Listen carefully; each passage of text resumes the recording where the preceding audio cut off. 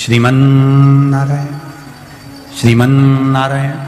नारद जी ने आकर पूछा, तुमरुका जी क्या बात है, आपने मुझे याद किया, बोलो क्या बात है। ये चंचुला देवी शंकर जी की आराधना कर रही है, जल चढ़ा रही है, सब कुछ कर रही है, इसके बाद भी शिव पार्वती जोड़े से आकर कथा के यजमान क्यों नहीं बनते? कहा, देवऋषि नारद ने कहा कि ये जब जल लेकर जाती है, जल भूमि पर गिर जाता है। किसी अतिथि को भोजन कराते समय हाथ से गिलास, ट्रे से गिलास नीचे गिर जाता है, या पूजन करते समय कलश जमीन पर लुढ़क जाता है, या भगवान को जल चढ़ाते समय पानी का कलश जमीन पर गिर जाता है। देवऋषि नारद पुराण में कहते हैं उसका एक कारण होता है कि जो पूजन कर रहा है, जो भोजन करा रहा है, या जो जल देने जा रहा है, उसके पूर्वज जरूर प्यासे हैं और उनको अन्न का भाग नहीं मिल रहा, इसलिए वो जल बार बार भूमि पर गिर रहा।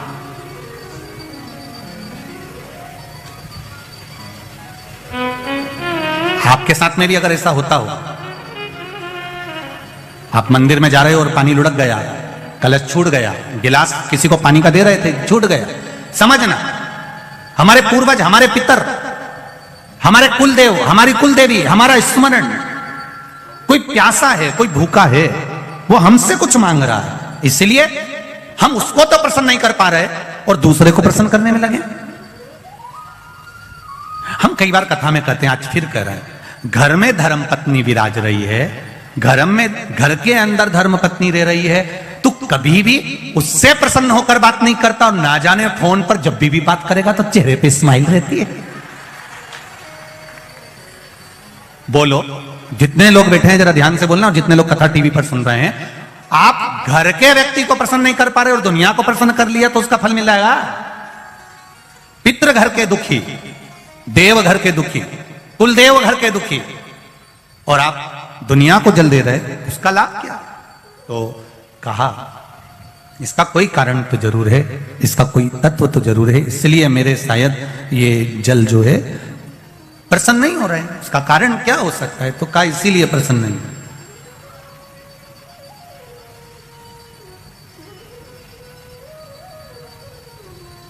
ये धर्म पत्नियां जो होती हैं ना, ये बहुत ध्यान रखती हैं अपने पति के चेहरे का। ये केवल करवा चौथ पे चेहरा नहीं देखती है, तो इस अंदाजे में मत रहना कि करवा चौथ पे अकेले वह चलनी में मुंह देख लिया। ये वो करवा चौथ पे जो मुंह देखती हैं, उस स्माइल को बाकी के दिन की स्माइल से मैच करती रहती है पूरे साल।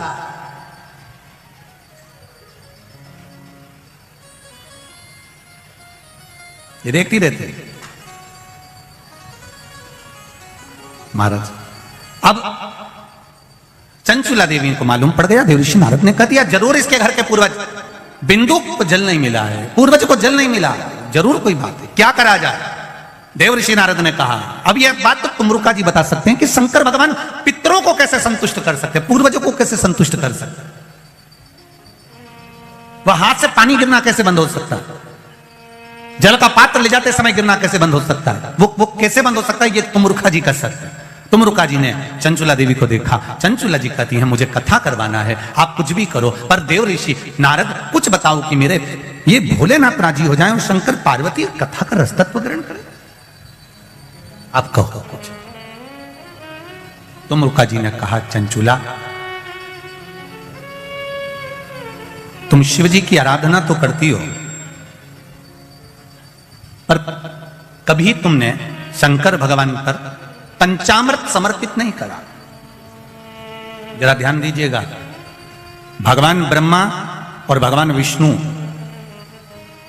को सबसे ज्यादा प्रिय है खीर, आटा सिका हुआ का जो सीरा बनता है, पंजेरी बनती है, वो भगवान ब्रह्मा और भगवान विष्णु की प्रियता है, भगवान सत्यनारायण जी की प्रियता प्रसाद। देवी को प्रिय है चना, हलवा, सीरा, पूड़ी। सरस्वती जी को, राम जी को, दत्त को, भगवान नारायण को प्रिय है केसरिया भात। पर 33 कोटि देवी देवताओं केवल एक भगवान देवाधिदेव महादेव ऐसे हैं जिनकी प्रियता केवल बेलपत्र और पंचामृत। अब जरा अच्छे से समझ जाना, बहुत ध्यान लगाकर सुनना, बेलपत्र और पंचामृत है। तो कहा पंचामृत तो स्नान के काम आता है भगवान को। दही चढ़ाओ, पंडित जी बोलते हैं, दूध चढ़ाओ, शहद चढ़ाओ, शक्कर चढ़ाओ, दूध चढ़ाया, जल चढ़ाया, गंगा जल चढ़ाया, ये सब तो हम भगवान के स्नान में काम लेते हैं। नहीं, अगर आप शिव जी को एक कटोरी में पंचामृत बनाकर ले जाते हैं, दूध, दही, शहद, घी, शक्कर, ये सब मिलाकर यदि आप लेकर जाते हैं और ले जाकर भगवान शंकर के सामने समर्पित करते हैं, एक बेलपत्री अशोक सुंदरी, अभी तक आपने जो बेलपत्री चढ़ाई है अशोक सुंदरी के ऊपर, डंडी का मुख जहां से पानी बहता है उस ओर रखा जाता है। पर जब हमें ऐसा लग रहा है कि हमारे पितृ भूखे हैं या हमारे पूर्वज प्यासे हैं या उनको भाग नहीं मिल रहा, इसलिए मेरा कोई काम नहीं हो रहा, इसलिए शिव राजी नहीं हो रहा है, तो ये बेलपत्री के भाग को बदल दिया जाता है। ये बेलपत्री अशोक सुंदरी की जगह पर जब चढ़ाया जाता है तो ये पत्ती का जो भाग है जहां से पानी बहता है उस ओर रखा जाता है, और ये डंडी का भाग शिवलिंग की ओर रखा जाता है। और यहीं पर भगवान शंकर को जो तुम पंचामृत बनाकर लेकर गए हो वो पंचामृत चढ़ाया जाता है, और वही पंचामृत थोड़ा सा शिवलिंग पर चढ़ा दिया जाता है। उसके बाद में पितृ पूर्वज जल की आस नहीं रखते, ना भोजन की आस रखते हैं, क्योंकि शंकर उनको तृप्त कर देते हैं, शिव उनको पूर्ण कर देते हैं।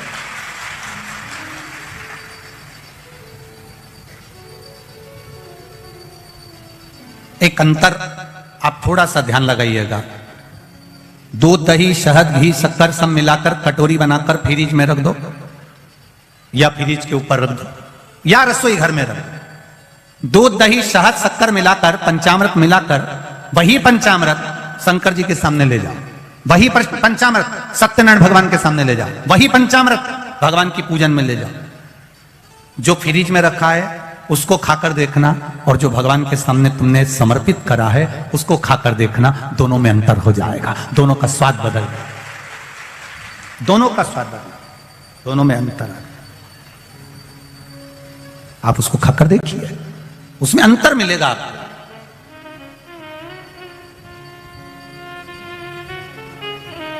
मेरे नारायण के सामने पहुंचा तो भी वो प्रसाद है, मेरे ब्रह्मा जी के सामने पहुंचा तो भी वो प्रसाद है, माता रानी के सामने पहुंचा तो भी वो प्रसाद है, सत्यनारायण भगवान के सामने पहुंचा तो भी वो प्रसाद है। पर दूध, दही, शहद, शक्कर, पंचामृत जो बना हुआ मेरे देवाधिदेव महादेव के सामने पहुंचा, वो केवल प्रसाद नहीं है, वो औषधि निर्मित हो जाती है, और उस औषधि से शरीर के ना जाने कितने रोग समाप्त हो जाते हैं। मात्र औषधि रोग मिटाने। कितना सुंदर कहा है प्रसाद का महत्व समझाते हुए हमारे संत, हमारे साधु जन, हमारे गुरुजन कहते हैं, एक बार जगन्नाथपुरी में दुनिया का सबसे ज्यादा भंडारा भोजन प्रसाद, सबसे ज्यादा जगन्नाथ का भाग जगत पसारे हाथ, जगदीश में, जगन्नाथ जी में। एक बार माता लक्ष्मी जी के मन में आया कि मैं जगन्नाथपुरी में, भगवान नारायण से पूछा, मैं आई हूं जगन्नाथपुरी में, जगदीश में, प्रभु आप अपनी बहन के साथ हो, आप बलभद्र जी के साथ में हो, आप स्वयं बैठे हो, मैं रुक्मणी, मेरे साथ आप नहीं हो। भगवान ने कहा, रुक्मणी तू जगन्नाथपुरी में रहे, आराम से प्रसाद का निर्माण कर, और प्रसाद बनाकर तू मुझे पवा।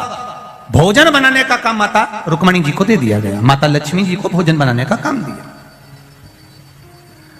जगन्नाथपुरी में आज भी जो पंडा होन, रसोईया होन, जो जगन्नाथ जी का भात बनाते हैं, भोजन बनाते हैं, प्रसाद बनाते हैं, आज भी आप उनसे पूछेंगे तो वो यही कहेंगे कि हम भगवान जगन्नाथ जी की अर्धांगिनी हैं। आज भी अगर पंडित या वहां के जो रसोईया हैं वो भोजन बनाते हैं तो लक्ष्मी जी के भाव से, रुक्मणी जी के भाव से बनाते हैं। अब रुक्मणी जी ने भोजन बनाया, भगवान को पवाया।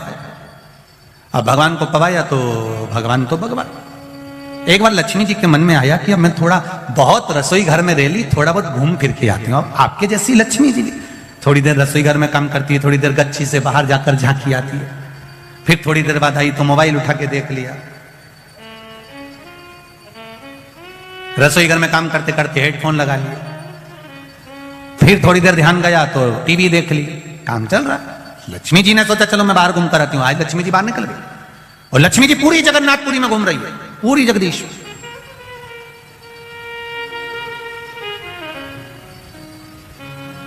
सुबह का समय था। लक्ष्मी जी ने कहा, आज मैं ब्रह्म मुहूर्त में जाकर देखती हूं कि किस किसके द्वार सजे हैं भगवान जगदीश के लिए, किसकी यहां प्रसन्नता हो रही है भगवान जगन्नाथ जी के लिए, कौन आदर कर रहा है, जरा मैं जाकर देखती हूं। अब लक्ष्मी मैया जो चली, पंडाओं के यहां पहुंची तो पंडा हूं तो आराम से सो रहे थे। दूसरों के यहां गई तो वो दूसरे भी आराम से सो रहे थे।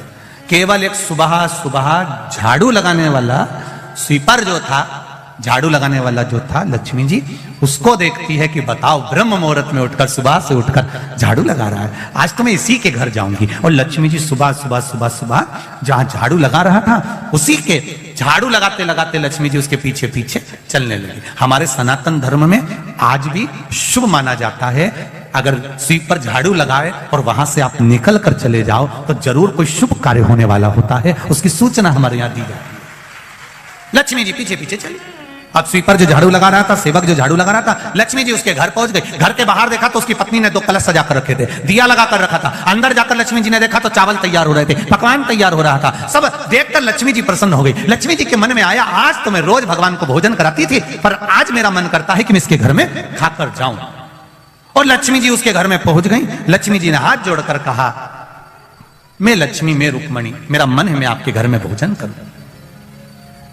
उस झाड़ू लगाने वाले की धर्म पत्नी ने कहा, वाह वाह मां, बड़ी कृपा करी आपने, आज मेरे यहां प्रसन्न हो गया।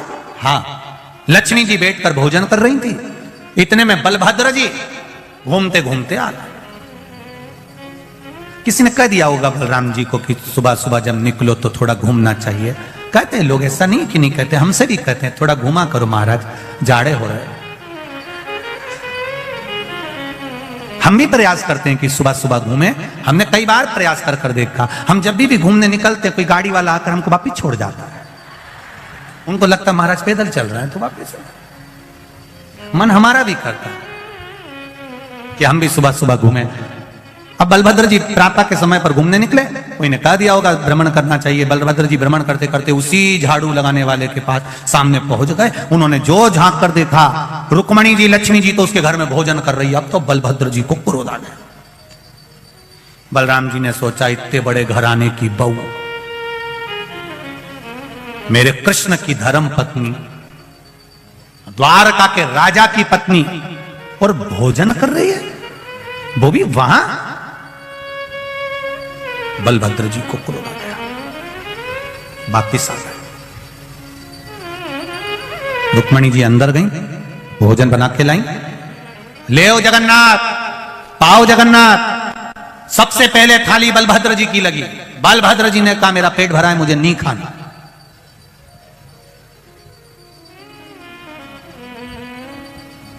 अब ये लक्ष्मी जी के, रुक्मणी जी के जेठ जी हैं, और जेठ जब तक ऐठे नहीं तब तक काय का जेठ है। तो जेठ जो होता है वो थोड़ा ना थोड़ा तो ऐठता है। बहू ने हमारे को तो पूछा ही नहीं, बहू ने हमको प्रणाम करा ही नहीं, बहू ने हमको पानी पिलाया ही नहीं। अब रुक्मणी जी ने सबसे पहली थाली बलभद्र जी की रखी, बलभद्र जी ने नहीं खाया। भगवान कृष्ण बैठे रोटी का टुकड़ा तोड़ने लगे। उन्होंने देखा मेरा भाई भोजन नहीं कर रहा, क्यों नहीं कर रहा? भगवान कृष्ण ने पूछ लिया, दाऊ दादा क्या बात है, आप भोजन भोजन नहीं कर रहे? दाऊ दादा बोले, बस मेरे को भूख भूख नहीं लग रही है, आज मेरा मन अच्छा नहीं। अब इनके क्या मालूम कि बहू को देख लिया था शॉपिंग मॉल में। अब इनको क्या मालूम कि ये भोजन क्यों नहीं कर रहा है। कई कई जेठ हो उनका तो मुंडा, जब भी देखो तब बोला, मेरे बहू पूछती भी है, लाओ मैं पानी ला दूं। भाई ने भी पूछा, चाय मंगवा दूं क्या? नहीं, मेरे को पीना ही नहीं, मेरे को नहीं पीना। लाओ। भगवान कृष्ण ने पूछा, दाऊ दादा सबसे पहले भोजन आप करते हो, अरे आपको भूख नहीं लग रही? नहीं, मेरे को भूख नहीं लग रही, मैं भोजन नहीं कर, और इसके हाथ का तो बिल्कुल ही नहीं करूंगा। अब तो कन्हैया को संकट पड़ गई। कन्हैया ने सोचा, जरूर कोई बात है, जरूर कोई बात।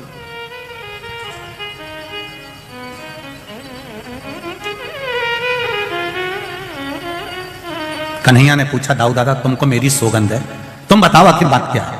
अरे कन्हैया, इतने बड़े यदुकुल की बहू, इतने बड़े कुल की बहू वहां पहुंच गई भोजन करने के लिए, बताओ यहां कोई कमी थी क्या?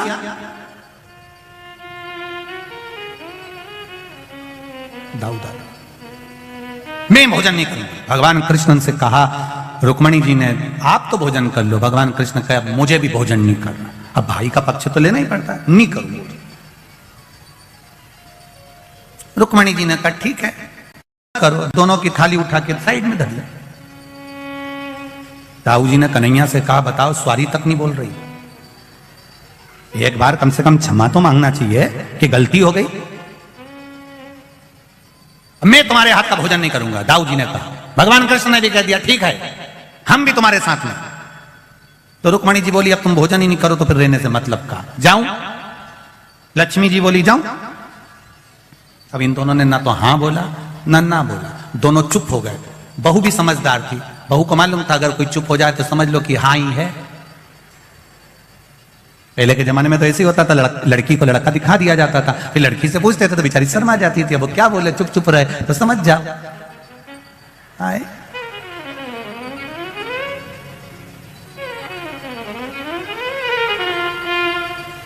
वो तो कहीं कहीं अगर दिक्कत आ जाती है, जैसे एक जगह एक नई लड़की की शादी हुई और बेचारा पति को पहली बार लड़की को लिवाने के लिए, बहू को लिवाने के लिए ससुराल आ गया। तो उसने कहा चलो, अब पत्नी ने सिखा दिया था, देखो तुम मेरे घर आओ ना तो थोड़े से अच्छे से आना, ऐसे तुम्हें ना हर कभी खेत खलियान जैसे इधर उधर घूमते रहते ऐसे मत आ जा, थोड़ा मर्यादा से आना और बहुत समझदारी की बात करना। मेरे घर के लोग सब पढ़े लिखे। उन्होंने कहा तू चिंता मत कर, मैं भी उनसे ज्यादा पढ़ा लिखा हूं। चले गया ससुराल गया तो उन्होंने थाली लगाई भोजन की, उसमें पूड़ी रख दी। पूड़ी रखी तो उन्होंने खाना चालू करा। उसने अब इतनी सी पूड़ी तो उसके पति को लगा इतनी सी कई काम की, उन्होंने एक ही में भर ली। अब एक ही में जो भरी तो इतने में पत्नी ने भी तुरंत हाथ जोड़कर धीरे धीरे कहा, इशारा करके, मतलब 2 टुकड़े तो कर लो पूड़ी के। अब इसको लगा कि पत्नी बोल रही है एक की जगह 2 खाओ। इसने 2 पूड़ी एक इस हाथ में एक इस हाथ में, दोनों उठा के मुंह में।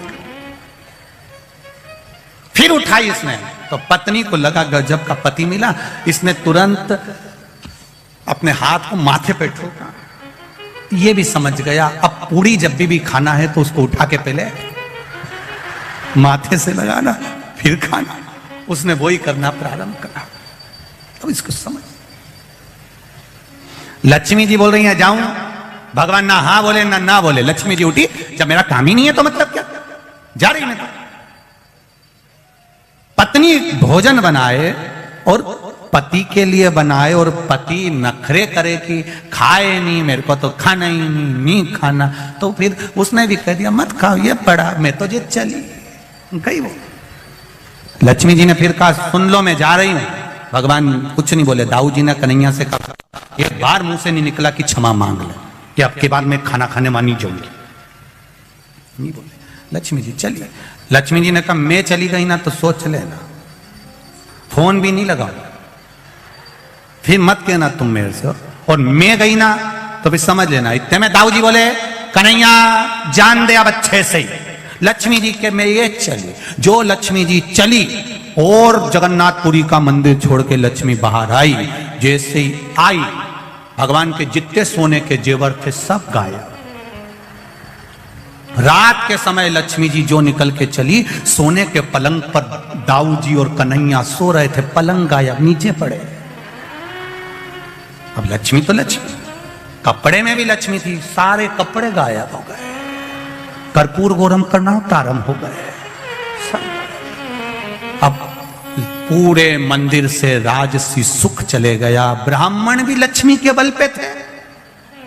जितने पंडा सब आभूषण पहने थे, लक्ष्मी गई, सब गए, सब खा लिए। लक्ष्मी गई, कोई दर्शन करने ही नहीं आया। भगवान बैठे शांति से, कोई भोजन लेकर आएगा, अब कौन आए? अन्नपूर्णा भी लक्ष्मी, धन वैभव कपड़ा सत्ता सब लक्ष्मी, सब चली गई।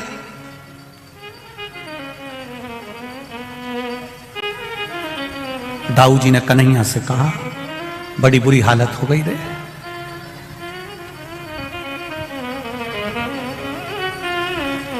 बहू जब आती है खूब वैभव लाती है, भले वो दहेज में कुछ नहीं लाई और खुशियां बहुत लाती है। और बहू जब झगड़ा कर कर जाती है ना इसके पिताजी ने भले 1 लाख रुपया भी खर्च नहीं करा हो, पर तुमसे 25-30 तो पहली किस्त में मांगती है अदालत से, और लिख के भेजती है हमारे पिताजी ने शादी में इतना खर्चा करा था, इतनी की दौलत थी, इतना का सामान था, इतना का सह था, लाओ।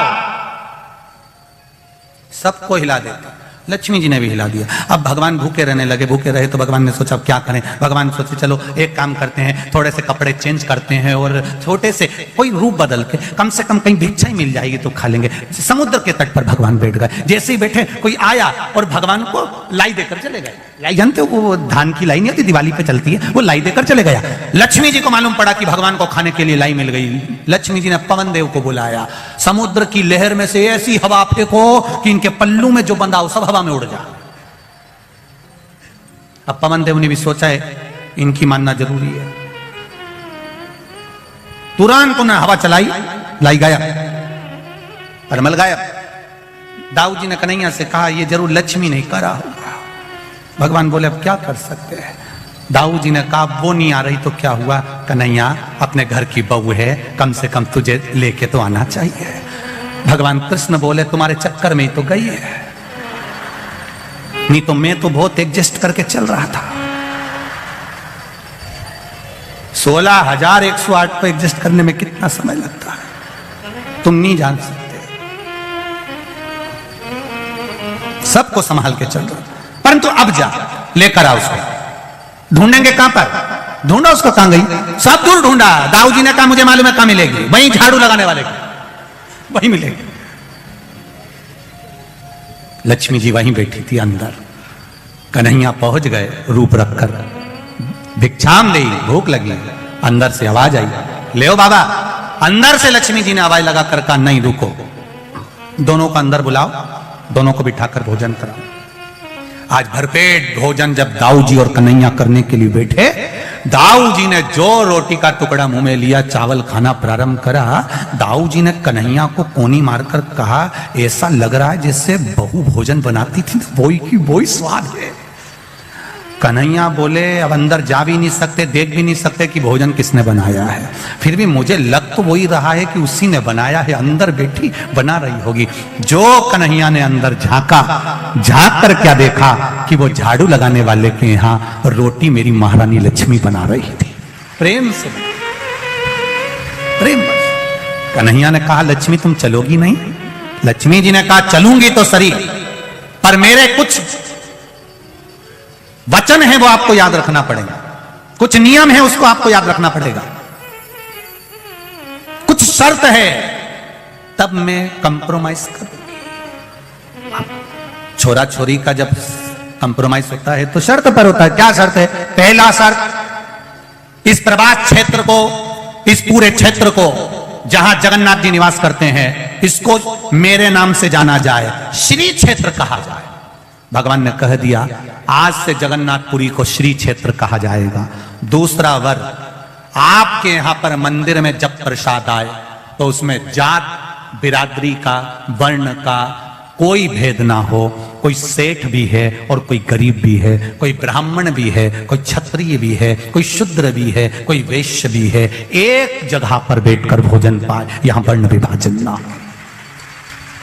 उस प्रसाद और तीसरा वर जो जगन्नाथपुरी में मांगा गया, उस प्रसाद के तत्व को जानने का प्रयास करिएगा।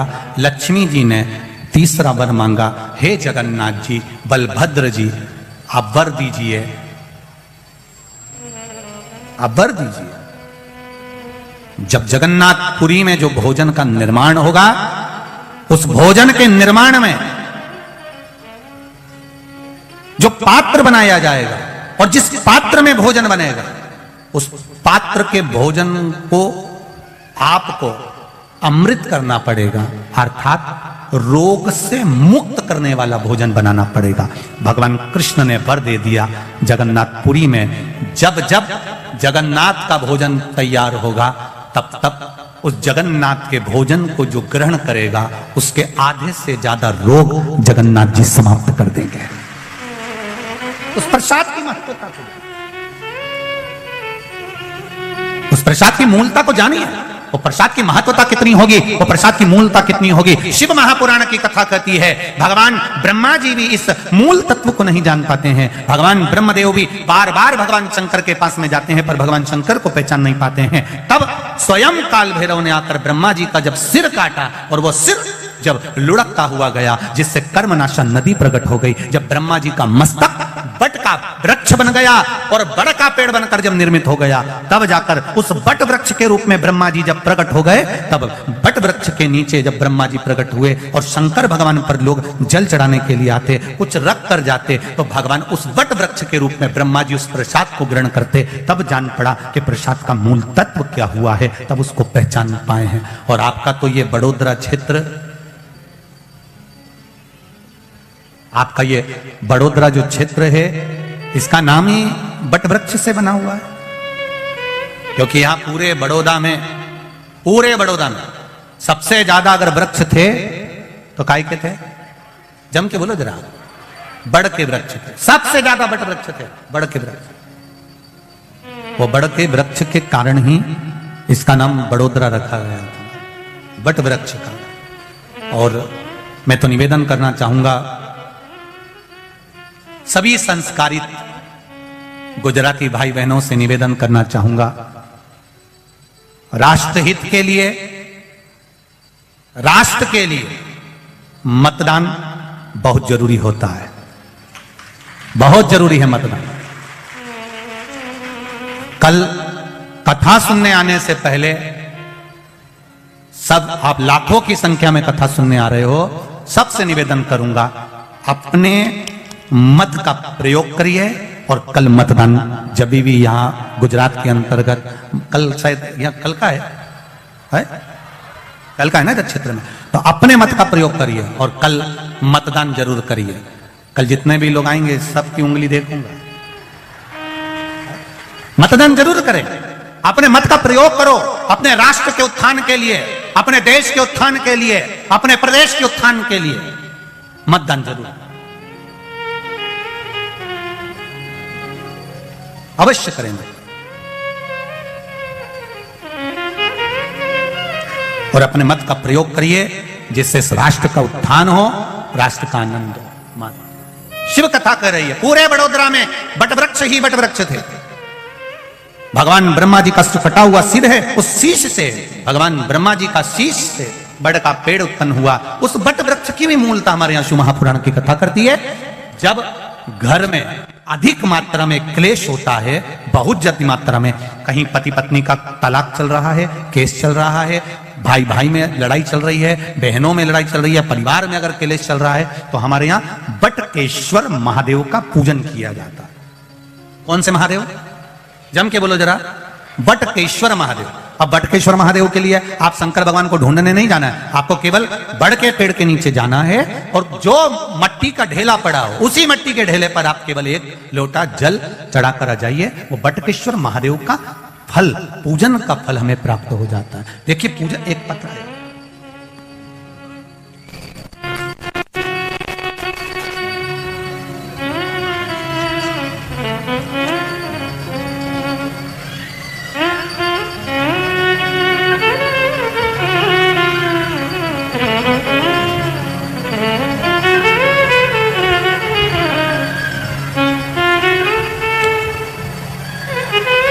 कल्पना सतीश जी पाटिल,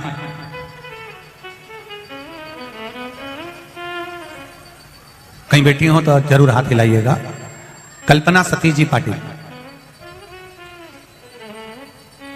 हमने मकान के लिए 3 साल से फॉर्म भरा हुआ था जो मिल नहीं रहा था। एक दिन मेरी बहन के यहां गई और तब मेरी बहन ने कहा कि 1 लोटा जल सारी समस्या का हल, शिव जी को चढ़ाना प्रारंभ करो। बाबा की कृपा से गुरुदेव, मेरा 3 महीने भी बाबा ने नहीं लगने दिया और मेरा मकान मुझे बाबा ने दे दिया। मैं शिव जी को प्रणाम करने आई हूं। कल्पना सतीश जी पाटिल, एक पत्र बड़ा सुंदर है, ये भी देख लीजिए। ये अभी का पत्र बड़ा भाव से लिखा हुआ।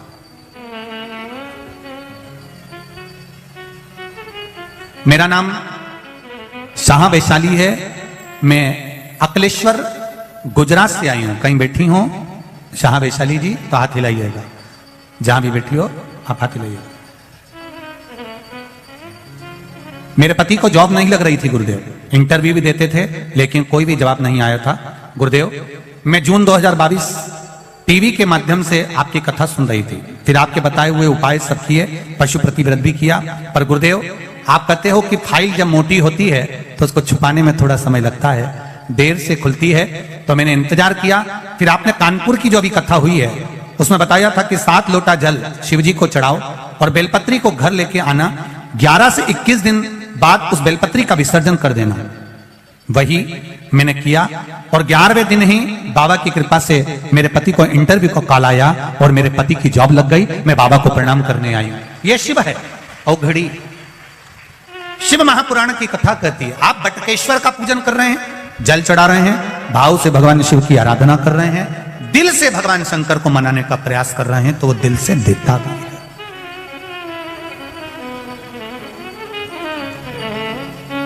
थोड़ा ध्यान दीजिएगा, भगवान शिव के मंदिर में जब भी प्रसाद चढ़ाएं, शिव के मंदिर में जब भी आप कोई सामग्री लेकर जाएं, या तो सामग्री में बेलपत्री डाल दें, और अगर बेलपत्री नहीं डालें तो उस बेलपत्री के केसे, उस सामग्री के केसे भी 3 हिस्से कर दें।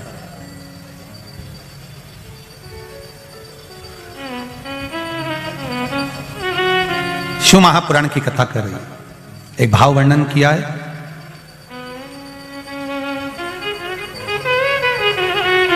जब केवल एक ही तरह का प्रसाद एक ही पात्र में हम भगवान के शंकर जी के सामने रखे और उसमें हमने बेलपत्री नहीं रखी, या उसको हमने हाथ से 3 हिस्से नहीं करे, या थोड़ा सा भाग हमने अलग नहीं करा, तो उसमें महाराज भगवान शिव के जो गण हैं उनका हिस्सा हो जाता। पहला चंदेश्वर का, दूसरा चंदाशु का, तीसरा चंडाली का, चौथा विश्वसेन का और 5वां चंड का हिस्सा उस प्रसाद में हो जाता।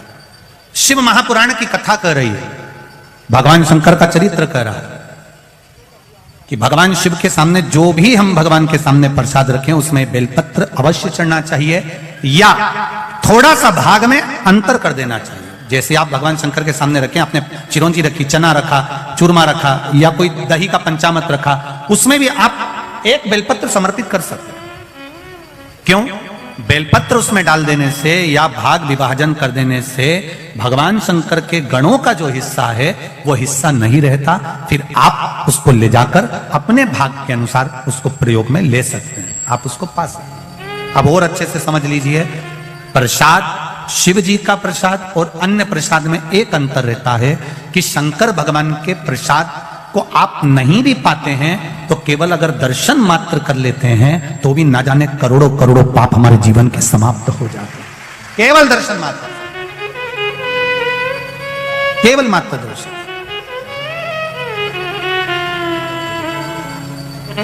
इसीलिए शिव कथा कह रही है महाराज, मेरे सिर पर रख दो, गाओ गाओ जरा, मस्त रहूं तेरी मस्ती में, मेरे सिर पर रख दो अपना हाथ, मस्त रहूं तेरी मस्ती में, अब दया करो रे भोलेनाथ, मस्त रहूं तेरी मस्ती में, अब दया करो रे भोलेनाथ, मस्त रहूं तेरी मस्ती, आओ से, अब दया करो रे भोलेनाथ, मस्त रहूं तेरी मस्ती में, अब दया करो रे भोलेनाथ, मस्त रहूं तेरी मस्ती में, मेरे सिर पर रख दो अपना हाथ, मस्त रहूं तेरी मस्ती में, मेरे सिर पर रख दो अपना हाथ, मस्त रहूं तेरी मस्ती में, अब दया करो हे भोलेनाथ, मस्त रहूं तेरी मस्ती में, अब दया करो हे भोलेनाथ, मस्त रहूं तेरी मस्ती में। जय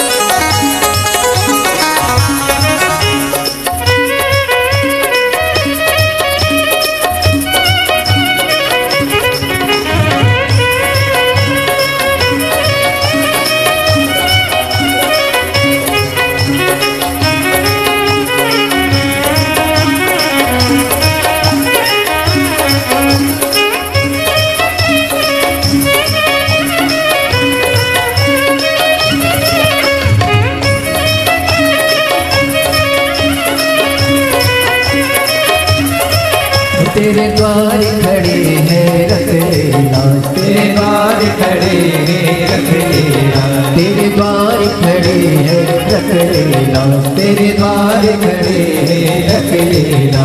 मैं तो झूम झूम के नाचूंगा, मैं तो झूम झूम के नाचूंगा। अब दया करो हे भोलेनाथ, मस्त रहूं तेरी मस्ती में। अब दया करो हे भोलेनाथ, मस्त रहूं तेरी मस्ती में। मेरे सिर पर रख दो अपना हाथ, मस्त रहूं तेरी मस्ती में। मेरे सिर पर रख दो अपना हाथ, मस्त रहूं तेरी मस्ती में। अब दया करो हे भोलेनाथ, मस्त रहूं तेरी मस्ती में। अब दया करो हे भोलेनाथ, मस्त रहूं तेरी मस्ती में। अब दया करो हे भोलेनाथ, मस्त रहूं तेरी मस्ती में। अब दया करो हे भोलेनाथ, मस्त रहूं तेरी मस्ती में।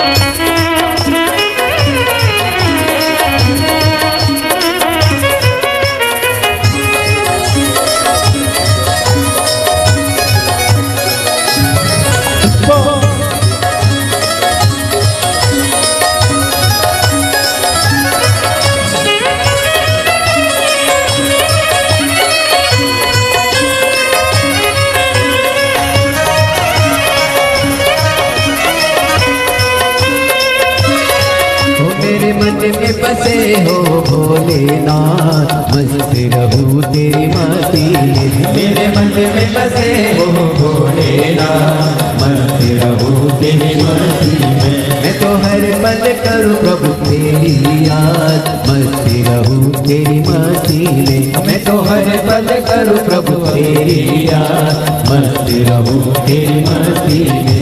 अब दया करो हे भोलेनाथ, मस्त रहूं तेरी मस्ती में। अब दया करो हे भोलेनाथ, मस्त रहूं तेरी मस्ती में। अब दया करो हे भोलेनाथ, मस्त रहूं तेरी मस्ती में। अब दया करो हे भोलेनाथ, मस्त रहूं तेरी मस्ती में। हो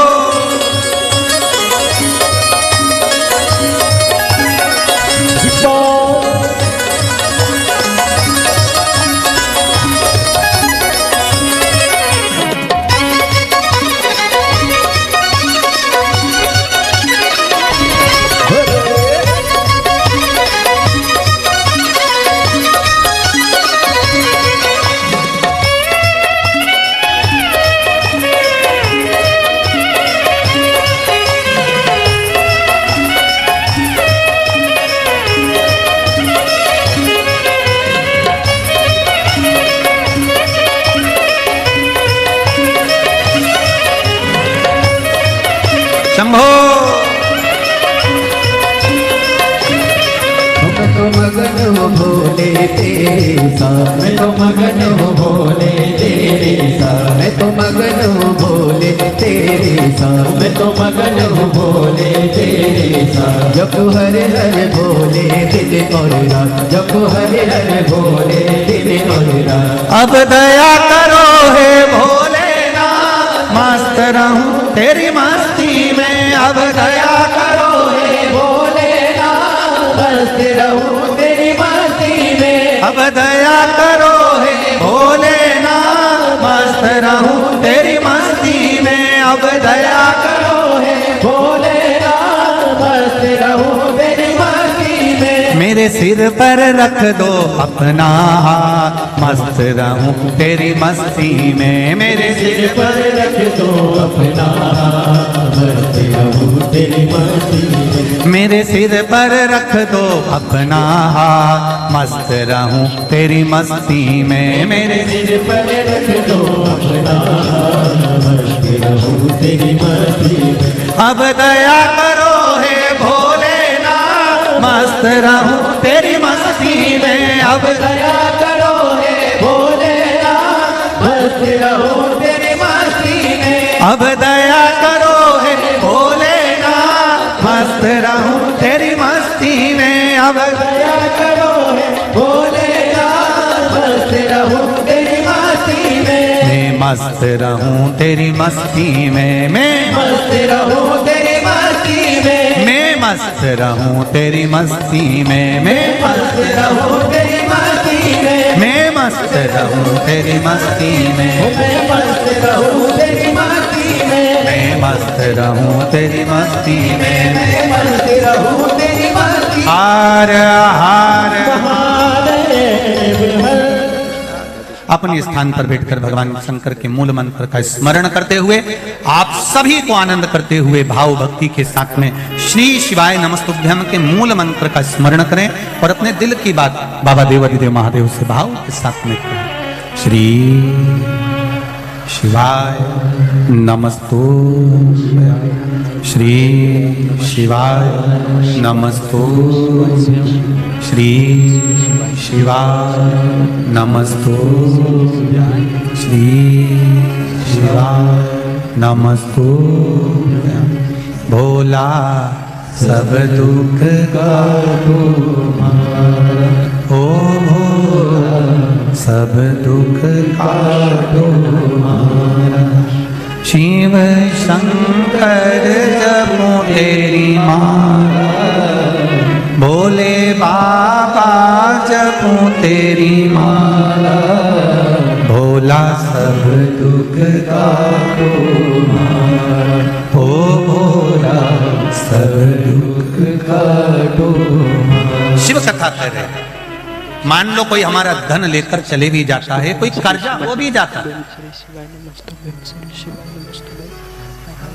तो मात्र बटकेश्वर महादेव का शिवलिंग का पूजन करने से ही हमारा सब कार्य सफल हो। कौन से महादेव? सब बोलो जरा, दोनों तीनों पंडाल वाले। बटकेश्वर महादेव। वैसे तो बड़ौदा वालों पर बड़ी कृपा है, पूरे बड़ौदा के चारों तरफ महादेव ही महादेव विराजमान है। जहां जाओगे वहां महादेव मिलेंगे। नवनाथ के रूप में बैठे हुए हैं चारों तरफ भगवान देवाधिदेव महादेव।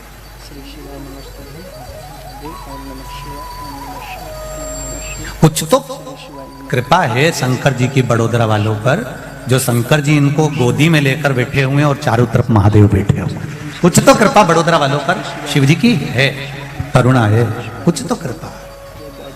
और बची कुची थी तो ये शिव महापुराण की कथा मिल गई। भगवान शिव की दया उदारता मिल गई। शिव कथा कर रहे हैं, भगवान देवाधिदेव महादेव का संवाद कर रहा है। भगवान ब्रह्मा जी को भगवान शिव ने अर्धनारीश्वर स्वरूप का दर्शन दिया। भगवान शंकर